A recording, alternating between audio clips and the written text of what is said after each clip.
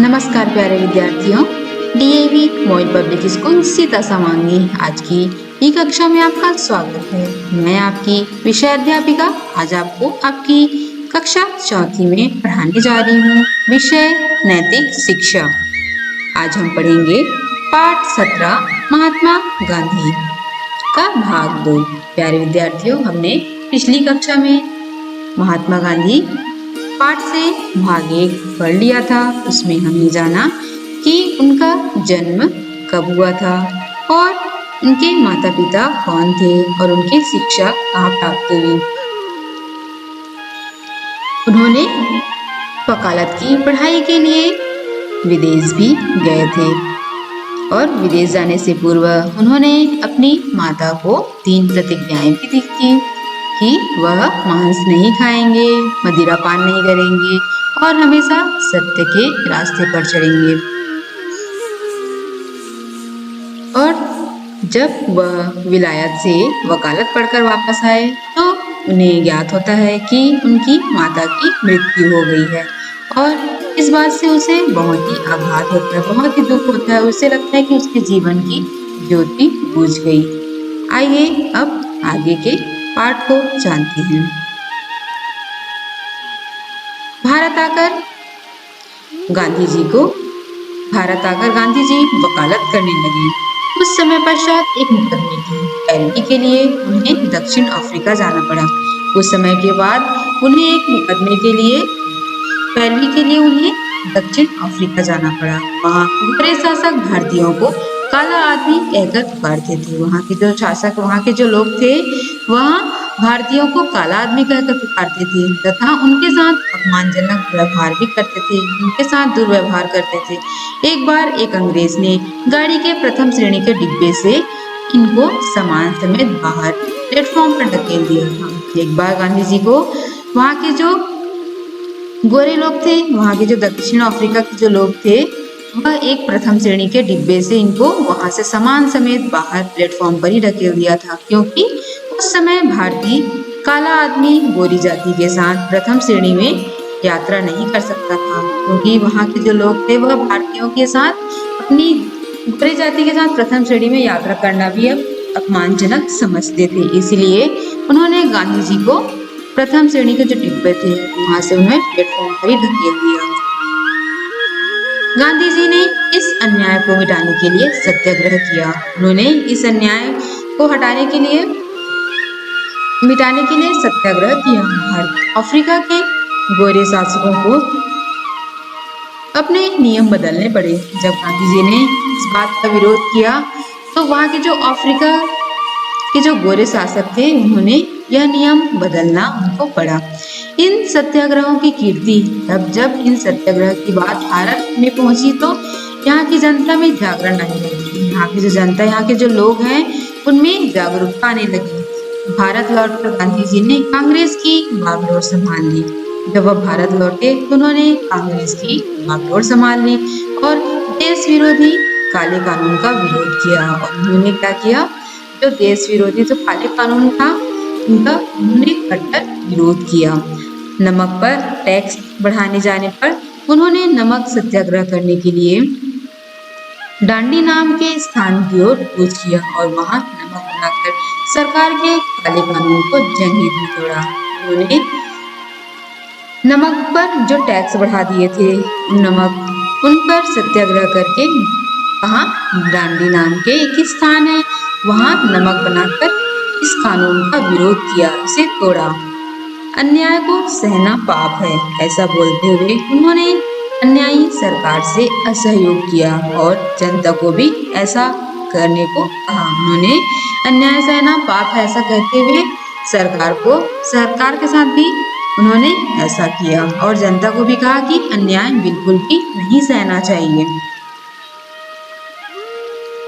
गांधी जी ने लोगों को जगाने के लिए तथा सत्य और अहिंसा की प्रतिष्ठा के लिए अनेक बार उपवास भी किया। उन्होंने क्या किया था, लोगों में जागरूकता लाने के लिए सत्य और अहिंसा के लिए अनेक बार उपवास व्रत भी किया। दूसरा विश्व युद्ध होने पर अंग्रेजों ने वादा किया था कि युद्ध में जीत जाने पर वे भारत को आजाद कर देंगे।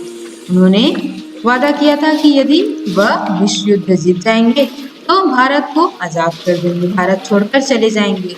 किंतु विजय पाने के बाद वे अपने वादे से मुकर गए।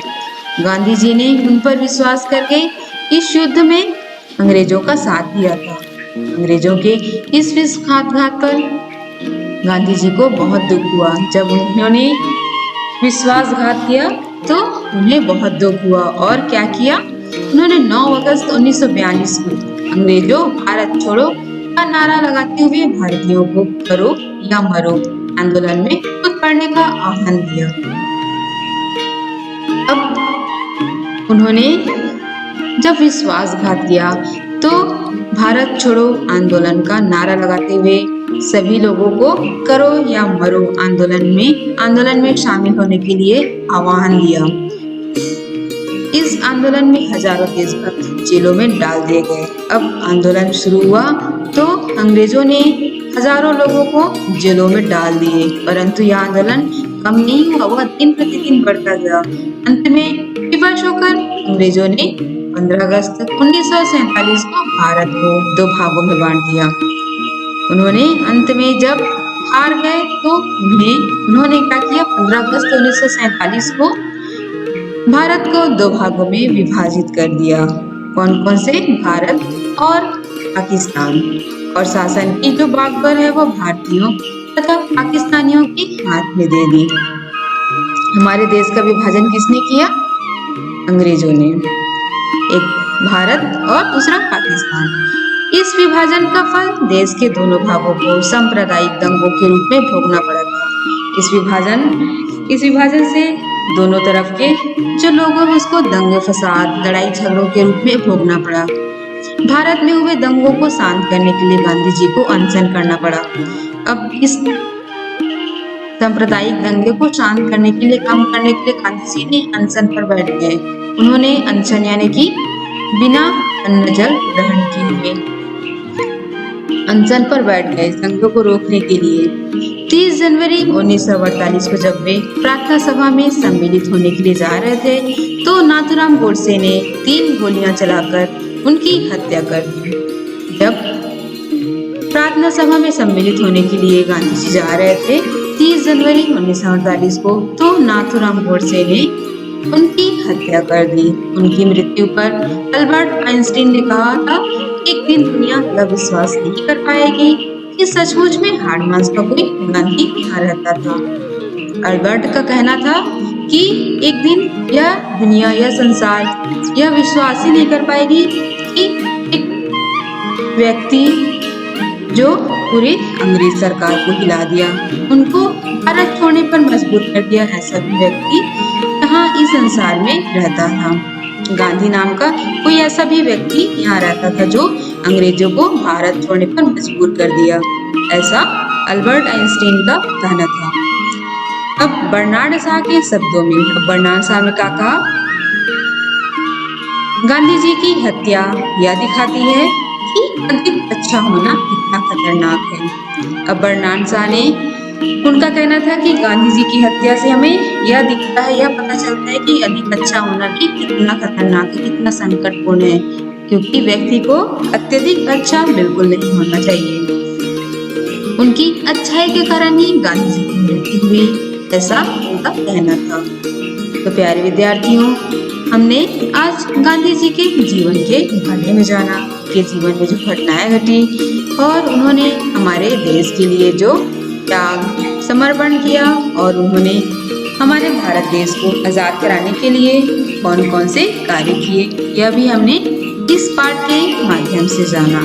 तो प्यारे विद्यार्थियों, आइए अब आप करेंगे प्रश्नों के उत्तर।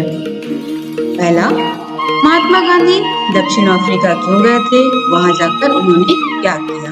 दूसरा, प्रथम विश्व युद्ध के समय महात्मा गांधी ने अंग्रेजों की सहायता क्यों की। तीसरा, महात्मा गांधी की हत्या किसने की और क्यों। तो प्यारे विद्यार्थियों, हमने आज महात्मा गांधी के विषय में जाना। तो आज के लिए बस इतना ही। अगले वीडियो में अगले विषय के साथ पुनः मिलते हैं। तब तक के लिए धन्यवाद।